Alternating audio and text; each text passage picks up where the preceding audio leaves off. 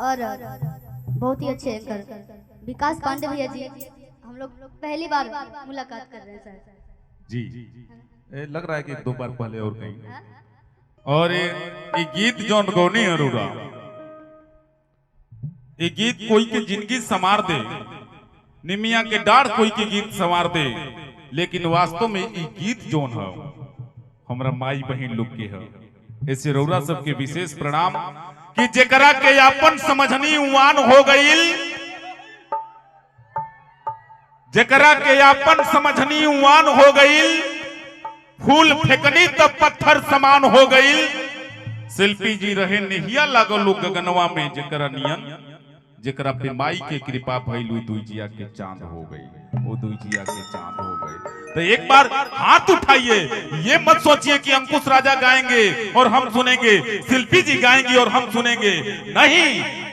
अगर सच्चे दरबार में बैठे हैं और माँ को बुला रहे हैं तो सोचिए कि शिल्पी जी से हम कम नहीं गा पाएंगे। हाथ उठाइए और ये साबित कर दीजिए कि ढोलक और तबला की आवाज कम पड़ जाए जब तालियां बजे। तो एक बार हाथ उठाइए सभी लोग, उठाइए उठाइए दोनों हाथ, और पूरा तालियों के साथ जब शिल्पी जी गाएंगी तो तालियों की बरसात आप लोग मचा दे, तब मुझे लगेगा कि मेरा बोलना सार्थक हो गया। शिल्पी जी जब गायब तब ठीक ठीक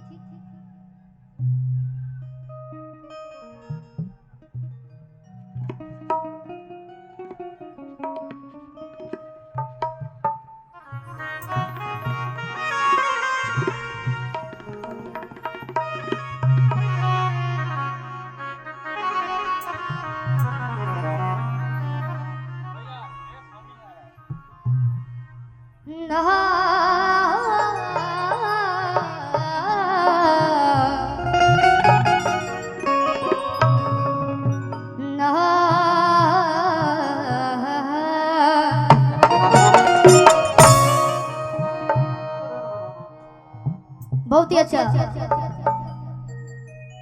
मंगलवार के दिन हमारे को भजन आइल थोड़ा सा सुनाओ कि भजन कर राम के भजन बर मनावा,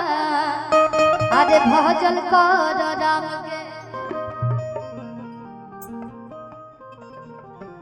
कि एकदस निक नहीं कबनो दवाई, अरे एकदस निक नहीं, अरे कबनो दवाई कि एकदस निक न रतन बर मनावा, अरे भजन कर राम के भजन बर मनावा कि भजन कर राम के भजन बर मनावा, भजन कर राम के एक से पढ़ नहीं कबनो दवाई, कबनो दवाई हो कबनो दवाई, एक से पढ़ना रतन बर मनावा, भजन कर राम के भजन बर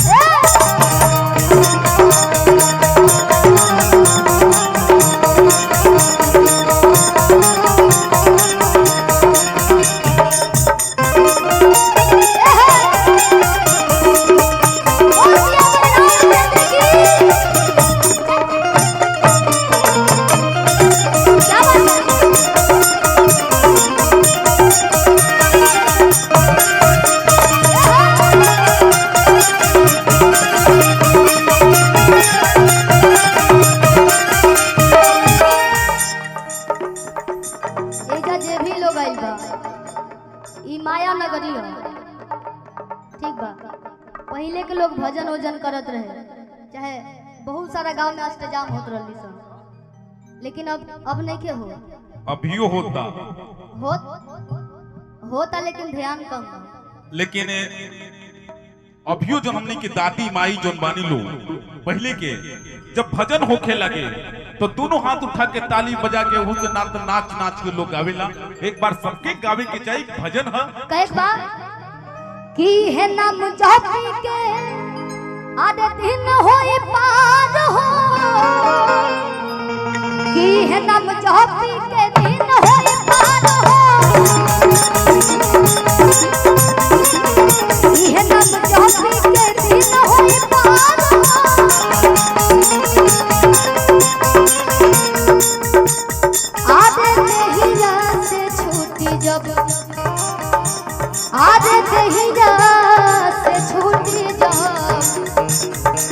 बदन वाले मनवा भल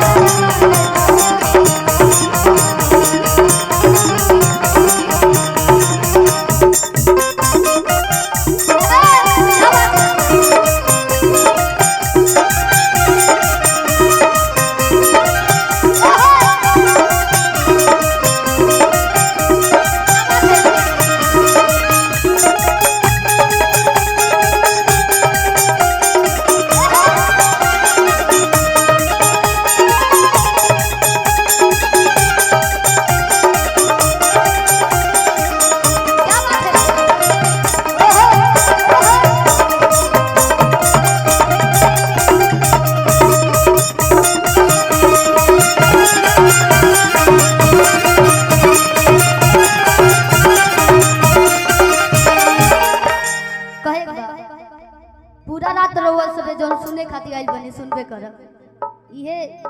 10 मिनट 20 मिनट भजन होई कहे बा कि भक्ति के सागर में और डुबकी लगा लो कि भक्ति के सागर में और डुबकी लगा लो कि श्याम का भजन तुम श्याम का भजन तुम मेरे साथ गाओ श्याम का भजन तुम मेरे साथ गाओ भक्ति के सागर में एक मिनट सब लोग ताली बजाई हाथ उठाई भजन अच्छा लगा कि ना अच्छा लगा तो दोनों हाथ ऊपर करी सबे कहल बाजे कई शरम ऊपर फुटल कर ठीक बा और हमनी के रोज रोज ना बजी आप सबके बीच में रोज ना मिल जाए तो उठाए दोनों हाथ और मीठा मीठा ताली दिखाई बा भक्ति के सागर में डुबकी लगा भक्ति के सागर में डुबकी लगा लो श्याम का भजन श्याम का भजन तुम मेरे साथ गाओ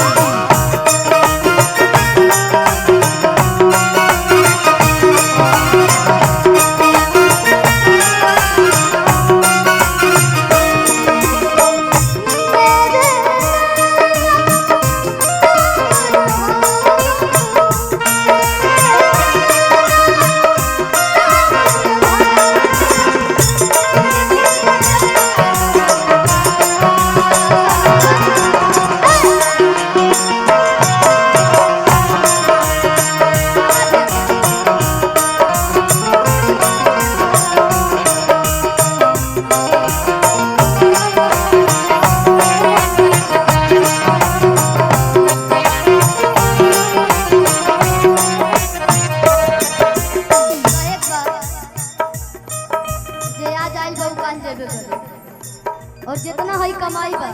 चाहे हम ही जो नाम करे तनी ई नामे साथे जाए धन दौलत गाड़ी बंगला कुछ साथे ना जाए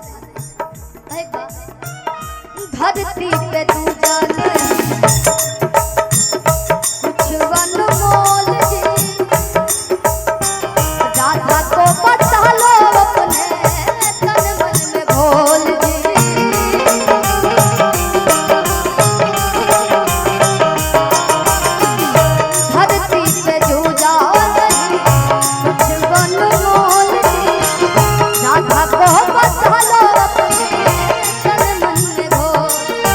भक्ति के साथ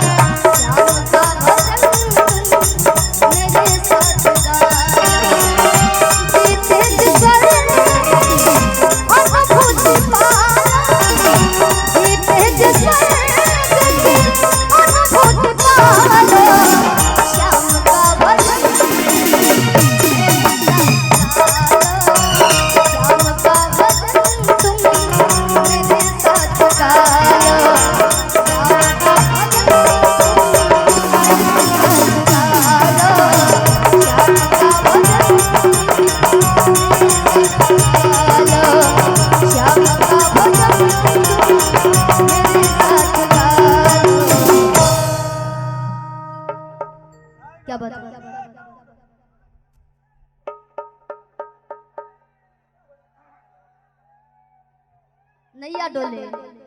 अभी सब गाना हुई हम जाना तनी रहुआ सबे यही से ना बोला तनी ना चला तनी ना तालियों बजावा तनी खामोशी सब समझे तनी आप सबके चली आदेश रहला 2-4 गो भजन गावे के यही से हम गइनी हां बाकी रहुआ सब बानी जैसन चाहबो वैसन नैयो डोली अहो जन कोरोना के वैक्सीन बा उहो लागी समय समय पे अभी भजन के तरफ हमनी के चलत नहीं जा और शिल्पी जी से चाहब के 2-4 को भजन रुआ सुनाई फिर अंकुश भाई से भी हमनी के चाहल जाए अंकुश राजा भाई से कि वहां से भी हमनी के भजन सुनल जी ओकरा बाद जैसन सोनू भाई के आदेश हुई आदेश के साथ साथ पानी ठीक बा जैसन आपके आदेश